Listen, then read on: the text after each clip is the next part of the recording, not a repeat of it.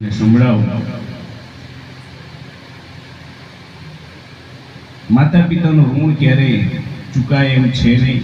આપણે જાણીએ છીએ પ્રમાણે અહીંયા કીર્તનની અંદર માતા પિતાએ આપણા માટે શું કર્યું છે ને હવે બહુ મુશ્કેલીવાળું છે। સમય આપણા સમાજ માટે પણ થોડો વિસરાતો જાય છે। મૂળ જે આપણો સમય હતો પૂર્વજોનો, આજે તમે મહિપતસિંહ બાપુનો એક વૃદ્ધાશ્રમ ચાલે છે લવાડની અંદર, તો તમે જુઓ કે આજે વૃદ્ધો આજે વડલાની છાંય કહેવાય સાહેબ, જેની નીચે જેના છાંય આપણે રમ્યા, જેની આપણે જેને કહેવાય માની કુંખ આપણે ખૂંદી કે માએ આપણને ક્યારેય તરછોડ્યા નથી।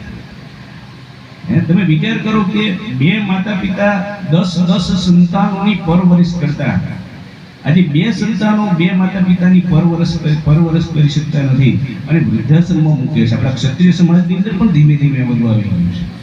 ત્યારે ખરેખર માતા પિતાનું આપણા જીવનની અંદર કેટલું ઋણ છે, એ ઋણ અને કેટલું એનો ભોગ આપ્યો છે, કેટલું બલિદાન આપ્યું છે, કેટલું આપણા માટે એને વેચ્યું છે, એ ભાવ રજૂ કરતું એક કીર્તન હું આપણી સામે રજૂ કરી મારી વાતને વિરામ આપીશ કે ભૂલો ભલે બીજું બધું મા બાપ અને ભૂલશો। એક સુંદર કીર્તન તમારી સામે હું રજૂ કરું। ભૂલો ભલે બીજું બધું माँ बाप ने भूलशो नहीं, अगणित छे उपकार ये कदी विसरशो।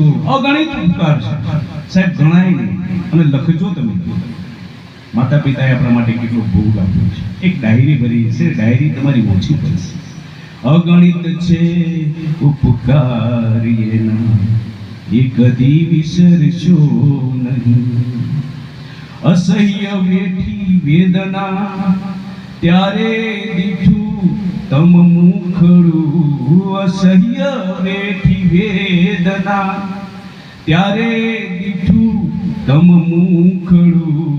ये पुनित जनना कारजा पत्थर बनी छूंदशो नहीं। असह्य वेठी वेदना, અને તમારા માટે આપણા માટે તો માતાએ કેટલી બાધાઓ રાખી છે। મને એક દીકરો આવે, એક સરસ દીકરી આવે, કેટલી બાધાઓ રાખી છે।